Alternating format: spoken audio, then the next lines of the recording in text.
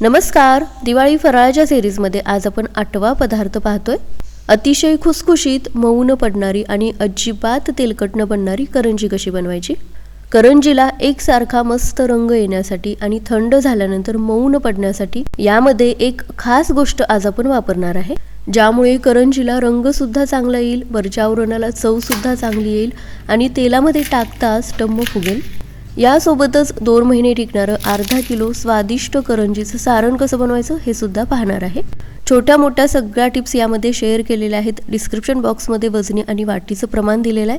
अतिशय सोपी पद्धत आहे. एकटीला जरी या करंज्या बनवायच्या असतील तरी सुद्धा अगदी झटपट बनवून तयार होतील. सारण बनवण्यापासून करंजी तळेपर्यंत सगळ्या छोट्या मोठ्या टिप्स शेअर केलेल्या आहेत, तर त्यासाठी व्हिडिओ शेवटपर्यंत नक्की पहा. तर सुरुवातीला करंजीसाठी लागणारं सारण बनवून घेऊयात. इथे मी 3 कप डेसिकेटेड कोकोनट घेतलेला आहे. याऐवजी किसून घेतलेलं सुकं खोबरं वापरू शकता. वजनी प्रमाण डिस्क्रिप्शन बॉक्समध्ये दिलेलं आहे. हलकासा रंग बदलेपर्यंत सतत हलवत मंद आचेवरच हे आपल्याला परतून घ्यायचंय. खोबऱ्याचा रंग लगेचच बदलतो, त्यामुळे मंद आचेवरच हे आपल्याला परतत राहायचंय. 5 ते 6 मिनिटे मंद आचेवरच परतून घेतलेला आहे. तुम्ही पाहू शकता हलकासा याचा रंग बदललेला आहे, पण हे करपू द्यायचं नाही, नाहीतर सारणाची चव बिघडू शकते. एका ताटामध्ये हे काढून घेतलं. आता त्याच पॅनमध्ये पाव वाटी तीळ घेतलेले आहेत. तीळ आवडत असतील तरच वापरू शकता. आता थंडीचे दिवस सुद्धा चालू होत आहेत आणि थंडीमध्ये तीळ खाणं कधीही चांगलं, आणि थोडे तीळ वापरल्यामुळे सारणाची चव सुद्धा वाढते. हलकासा रंग बदलला, तीळ उडू लागले की त्याच ताटामध्ये काढून घ्यायचे. हे भाजून घेतलेलं सगळं साहित्य आपल्याला एकाच ताटामध्ये काढून घ्यायचे. आता 1 चमचा तूप गरम करून घेतलेला आहे. यामध्ये पाऊण कप बारीक रवा घेतलेला आहे. सगळं साहित्य एकाच वाटीने मोजून घ्यायचं. इथे शक्यतो बारीकच रव्याचा वापर करायचा. उपम्याचा रवा असेल तर 2 ते 3 वेळा मिक्सरला फिरवून वापरू शकता. मोठा रवा वापरला तर करंजी खाताना रव्याचा कचकचपणा जाणवतो. तुपामध्ये हे आपल्याला 5 ते 6 मिनिटे परतून घ्यायचंय. मस्त खमंग वास यायला लागला, हलकासा रंग बदलला की रवा सुद्धा त्याच ताटामध्ये काढून घेतला. आता पुन्हा त्याच पॅनमध्ये अर्धा चमचा तूप गरम करून घेतलेला आहे. यामध्ये 2 चमचे बारीक कट करून घेतलेले बदाम, 1 चमचा बारीक कट करून घेतलेले काजू आणि 1 चमचा मनुके घेतलेले आहेत. आता या तिन्ही गोष्टी तुम्हाला आवडत असतील तरच वापरू शकता. तुपामध्ये हलकासा रंग बदलेपर्यंत हे परतून घ्यायचंय, किंवा तुम्ही तुमच्या आवडीचे किंवा मुलांच्या आवडीचे कोणतेही ड्रायफ्रुट्स यामध्ये ऍड करू शकता. फक्त एकच गोष्ट लक्षात ठेवायची, ड्रायफ्रुट्स बारीक कट केलेले असावेत, म्हणजे करंजी बनवल्यानंतर ते बाहेर येणार नाहीत. तर सारणासाठी लागणारं सगळं साहित्य भाजून झालेलं आहे. आता हे पूर्णपणे थंड करून घेऊयात. पूर्णपणे थंड झाल्यानंतरच यामध्ये पिठी साखर घालायची. गरम असतानाच पिठी साखर घातली तर उष्णतेमुळे साखरेचे छोटे छोटे गोळे तयार होतील. आता इथे मी 1 कप पिठी साखर घेतलेली आहे. साखर मिक्सरलाच लावून बारीक वाटून घेतलेली आहे, त्यामुळे इथे मी चाळून घेतलेली आहे, म्हणजे साखरेचे काही दाणे असतील तर ते सुद्धा बाजूला होतील. आता यामध्ये 1 चमचा भरून वेलची पूड आणि अर्धा चमचा जायफळाची पूड घातलेली आहे. या दोन्हीमुळे सारणाला अतिशय छान चव येते. आता हे सगळं चांगलं मिक्स करून घ्यायचं. पिठी साखर सगळ्या सारणामध्ये व्यवस्थित मिक्स व्हायला पाहिजे. सारण खूप दिवस टिकण्यासाठी सगळ्यात महत्त्वाची गोष्ट म्हणजे हे सगळं साहित्य व्यवस्थित भाजून घेणं. खोबरं सुद्धा आपल्याला चांगलं भाजून घ्यायचंय, पण करपू द्यायचं नाही. खोबरं जर कच्चं राहिलं तर सारणाला खूपट असा वास येऊ शकतो. 2 महिने टिकणारं मस्त स्वादिष्ट सारण बनून तयार झालेलं आहे. आता करंजीसाठी लागणारं पीठ मळून घेऊयात. तर त्यासाठी 1 कप मैदा इथे मी चाळून घेतलेला आहे. सगळ्या सारणाच्या करंज्या मी बनवणार नाही. तुमच्या घरी जर मदतीला कोणी असेल तर सगळ्या सारणाच्या करंज्या एकाच वेळी बनवू शकता. 1 कप मैद्याच्या किती करंज्या तयार होतील हे मी शेवटी सांगितलेलंच आहे. 1 कप मैद्यासाठी आपल्याला पाव कप बारीक रवा लागणार आहे. इथे सुद्धा रवा बारीकच वापरायचा आहे. यामध्ये पाव चमचा मीठ घातलेला आहे. आता हे सगळं चांगलं मिसळून घेऊयात. करंजीच्या आवरणासाठी यामध्ये रवा घालणं खूप महत्त्वाचं आहे. फक्त मैदा वापरून करंज्या बनवल्या तर काही दिवसांनी मऊ पडू शकतात. आता आपल्याला यामध्ये तेलाचं मोहन घालायचंय. तर इथे मी 3 चमचे तेल चांगलं गरम करून घेतलेलं आहे. आपल्या घरी पोहे खायचा जो चमचा असतो ना, तोच इथे मी वापरलेला आहे. तेल कडकडीत गरम करून घेतलेलं आहे आणि हे मोहन या पिठावरती काढून घेतलं. तेलाऐवजी तुपाचा सुद्धा वापर करू शकता. 1 कप मैद्यासाठी 3च चमचे तेल वापरायचा, यापेक्षा जास्त तेल वापरायचं नाही, नाहीतर करंजी तेलकट सुद्धा बनेल आणि थोड्या दिवसांनी मऊ पडेल. आता सुरुवातीला सांगितल्याप्रमाणे मोहनासोबत यामध्ये खास गोष्ट आज आपण वापरणार आहे. तर इथे मी 1 चमचा भरून पिठी साखर घेतलेली आहे. पिठी साखरेमुळे वरच्या आवरणाला चांगली चव येते. दुसरी गोष्ट म्हणजे करंजीच्या आवरणाला एकसारखा सोनेरी रंग येतो. फक्त 1च चमचा पिठी साखर यामध्ये मिक्स करून घेतलेली आहे. तर हे पहा, सुरुवातीला गरम तेलाचं मोहन पिठामध्ये चोळून घेतलं आणि त्यानंतरच यामध्ये 1 चमचा पिठी साखर मिसळून घेतलेली आहे. आता यामध्ये थोडं थोडं पाणी घालत हे मळून घ्यायचे. पुरीसारखं घट्टसर आपल्याला हे भिजवायचं नाही.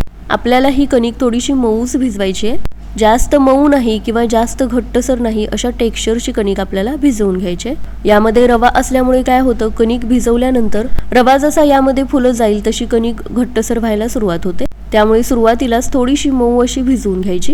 आता 10 मिनिटे ही कणिक आपल्याला भिजवून घ्यायची, म्हणजे यातला रवा सुद्धा चांगला फुलला जातो आणि करंजी तेलामध्ये टाकताच याच्या आवरणाला मस्त फोड येतात. तर हे पहा, 10 मिनिटानंतर कणिक व्यवस्थित आपली भिजलेली आहे, असं टेक्स्चर आलेलं आहे. आता एकतर याची छोटे छोटे गोळे करून ठेवू शकता किंवा गोळ्यांचा आकार एकसारखा येण्यासाठी या पद्धतीने एक रोल करून घ्यायचा. रोल करून झाला की 2-2 बोटांच्या अंतराने याचे काप करून घ्यायचे. या पद्धतीने सुरुवातीलाच रोल करून गोळे करून ठेवले ना तर अगदी भरभर करंजा बनून तयार होतात. आता ही मैद्याची कणिक असल्यामुळे काय होतं, हवेमुळे लगेचच सुकली जाते. त्यामुळे गोळे बनवून झाल्यानंतर यावरती एखादं कापड झाकून ठेवायचं, म्हणजे हे सुकणार नाही आणि लाटायला सुद्धा खूप सोपं पडतं. आता एक एक गोळा घ्यायचा, थोडासा मैदा लावून घ्यायचा आणि एक पातळ अशी पुरी लाटून घ्यायची. जास्त जाड आपल्याला हे ठेवायचं नाही, नाहीतर तळल्यानंतर करंजीचं आवरण आतमध्ये कच्चं राहू शकतं. हे पहा, साधारण इतकं पातळ हे मी लाटून घेतलेलं आहे. आता इथे मी करंजी बनवायचा साचा वापरलेला आहे. या साच्यामध्ये ही पुरी अशी सेट करून घ्यायची. हे पहा, 1 ते 1.5 चमचा सारण यामध्ये मी घेतलेलं आहे. भरपूर सारण स्टफ करून घेतलं तरी सुद्धा तेलामध्ये ही करंजी फुटत नाही. ही करंजी तेलामध्ये अजिबात फुटू नये त्यासाठी पाण्याचा वापर न करता चिटकवण्यासाठी दुधाचा वापर करायचा. दुधामुळे करंजीची बाजू व्यवस्थित चिकटली जाते.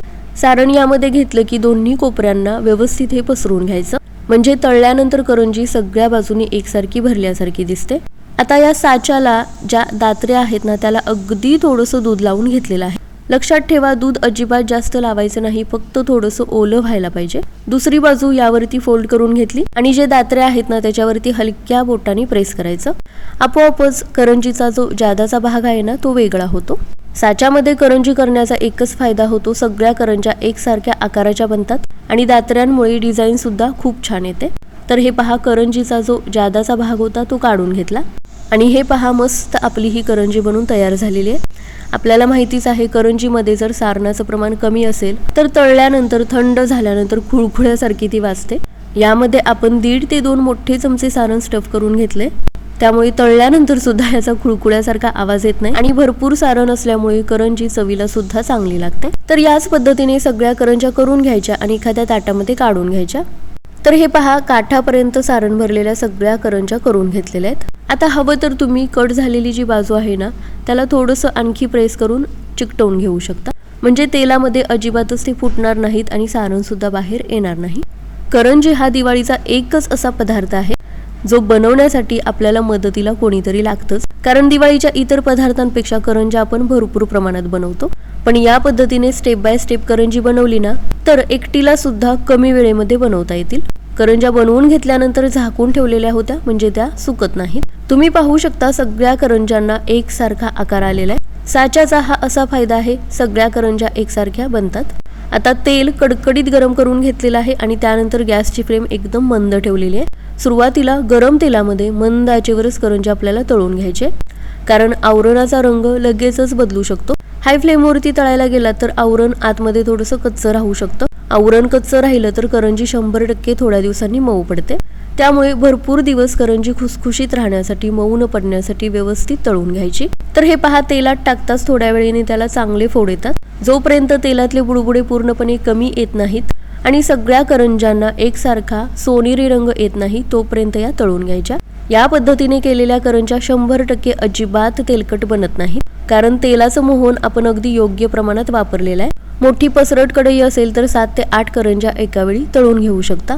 हे पहा, हळूहळू याचा रंग बदलत जातोय. असंच आपल्याला सुरुवातीला मंद आचेवर करंजी तळून घ्यायची, त्यानंतर गॅसची फ्लेम मीडियम ठेवून हलकासा सोनेरी रंग येईपर्यंत तळून घेऊ शकता. या पद्धतीमुळे करंजीचं आवरण 100% खुसखुशीत व्हायला खूप मदत होते.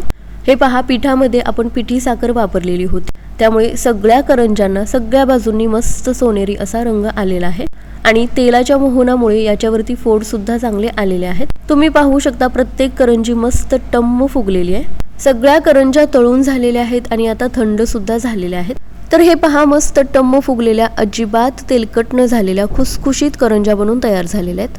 हे पहा, सगळ्या करंजीला रंग सुद्धा खूप छान आलेला आहे. दिसायला जितक्या सुंदर दिसतात, चवीला सुद्धा तितक्याच छान बनतात. मैदा आणि रव्याच्या तेवढ्या प्रमाणात 30 ते 35 करंजी बनून तयार होते. वजनी प्रमाण म्हटलं तर अर्धा किलो करंजी बनून तयार होईल. हे पहा, मस्त खुसखुशीत याचं आवरण बनलेलं आहे. करंजी संपेपर्यंत या अशाच खुसखुशीत राहतील. तर या दिवाळीला या पद्धतीने करंजी नक्की बनवून पहा. दिवाळीच्या इतर पदार्थांच्या लिंक सुद्धा डिस्क्रिप्शन बॉक्समध्ये दिलेल्या आहेत, त्या सुद्धा नक्की पहा.